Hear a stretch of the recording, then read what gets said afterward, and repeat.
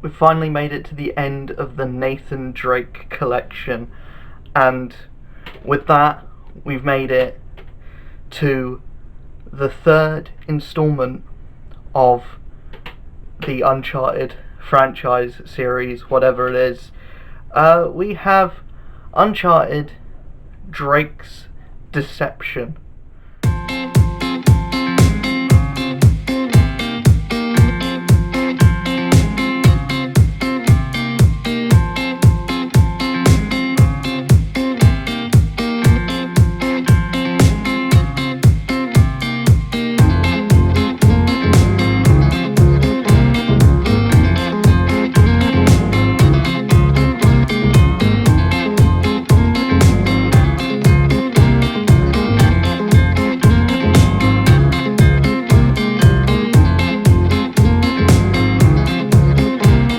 Start off by talking about the story in Uncharted Drake's Deception.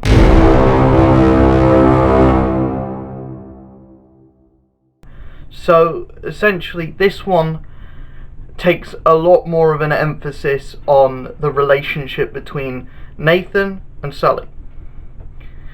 That they're actually together for a large majority of the game, because something happens to Sully at the end of the game that they want the audience to feel for, and they do that by having Sully be a primary character in this installment.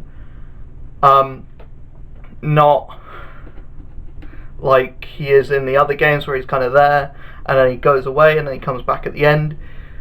In this one, he is a main character. He is the character that stays with you for a majority of the game.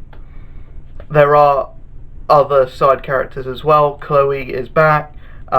There's a new guy called Cutter who's very entertaining. And there's this and Elena comes back as well. But every game, it has at the end of every game, it ends with Elena and Nate are together, and then in the next game, Elena and Nate are in two different countries and then not talking to each other. It's like, can we have an explanation as to why? As to what happened? Or does she just not like him anymore? And, you know, his suave douchiness has kind of turned her off. I think that might be just the case. But the whole like series leading up to this, it's been Nathan Drake has been trying to get out of these situations. He doesn't want to, like, he thinks something happens to make him go, right, I'm in over my head, I need to go. In this game, everyone else is telling him he needs to hang up, he needs to just let it all go. And he's like, no, I need to stick this out because it's personal. And this is a personal story. It's the villain is someone who's from Nate and Sully's past, which catches up to them. I do like the fact that the game starts in London, and it does feel like London. I mean, it's shit and everything falls apart, so it's London. But yeah, I like that, and I also like the fact that the villains are British. That's fun, and all the villains in the series have been British. I mean, Navarro was Spanish, but he was hardly a main villain. The main villain of the first game was British. The secondary villain in the second game, British. The main villain in this game, British.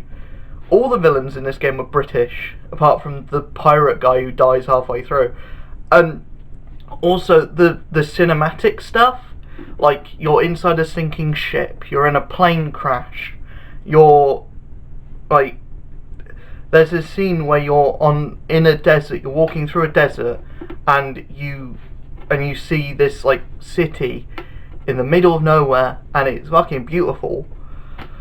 And those are the best moments of the game, and they all are great. And you're inside a burning building as well. all of the cinematic stuff builds off of what happened in the last game, and it completely tops it. Like, a lot of people love the first game. I'd say 3 is probably my favourite, or most definitely my favourite. There was a point where I got kind of turned around and didn't know where I was going, because the game is very bad at telling you where to go. But eventually, that was kind of the only point that I had that problem, and it was a very short point. But for the rest of the game, I had a lot of fun with it. I had a lot of fun with this. This is my favourite of the 3 games so far. Story and like just cinematic wise, this is the best one, because it has a villain that has something to do with Nathan Drake. It has a stronger connection between the main 2 characters. It makes you feel for the main character. It's a personal story. It's not like in the second game where he's just dragged along on the ride, or the first game where he's doing something and then these 3 guys just show up. Like, there's actually some kind of stakes to this, and you feel everything that happens in the game, both in terms of the story and in terms of actually when you play the game. It does make you feel it. But yeah, it's a great, well-crafted story, and the way that the world works around the story is also amazing. I'm going to talk about the gameplay next,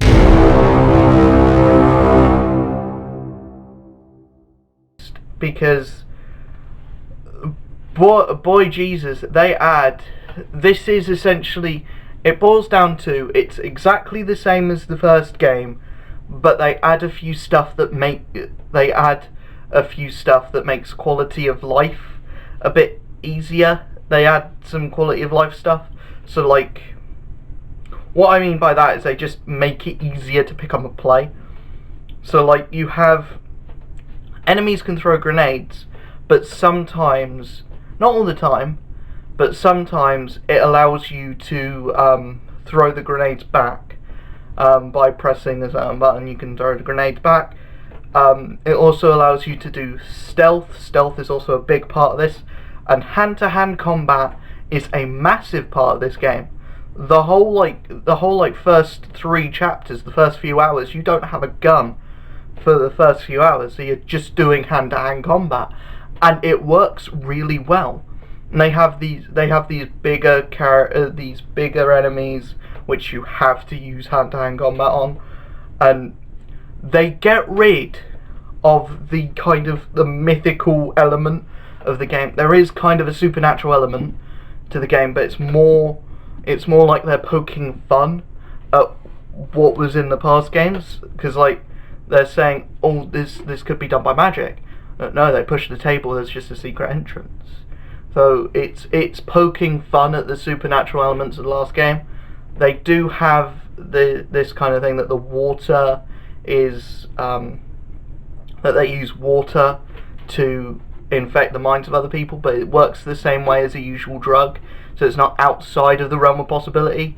And you do fight these enemies that are kind of like flaming heads, but that's also whilst you're on drugs, so it's not outside of the realms of possibility as well. So it does keep that very grounded like aspect of the story.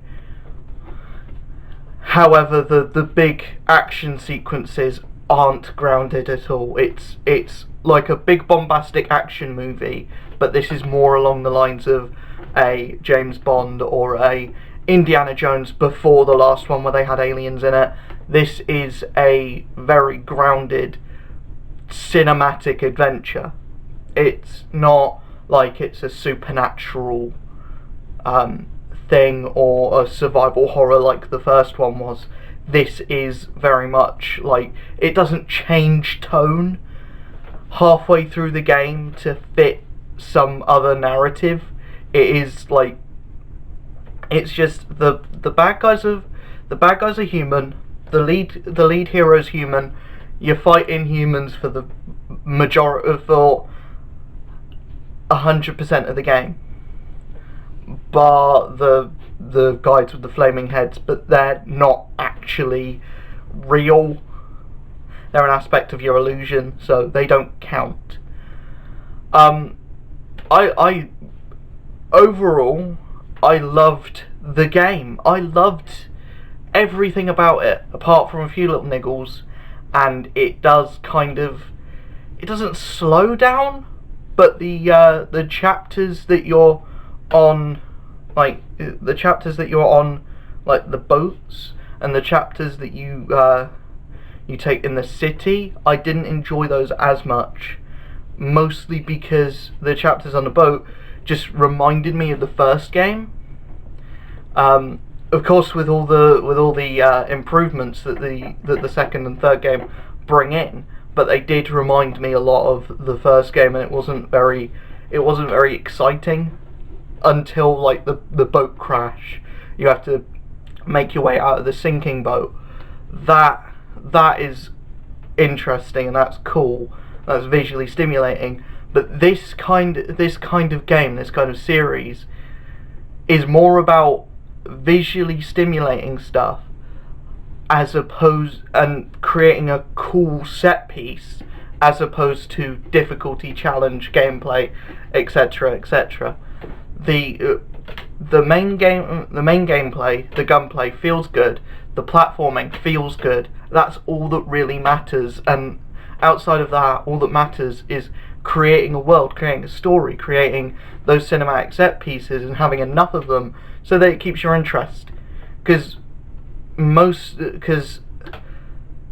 shooty bang bang stuff, there's a lot of it, and it gets monotonous and it gets boring after a while, and they throw like a lot of enemies at you at the later stages of the game, and it does get not overly difficult, but I did get kind of stuck in parts, just because they throw like 11 guys with rocket launchers at you, and it's kind of difficult to manage, because when you have a rocket launcher, the enemies when they have guns, they have unlimited ammo, so they have unlimited rocket launchers. When you get a rocket launcher, you have 1 to 3 rockets that you can use, and most of the time you need to use a rocket launcher to get through a certain part.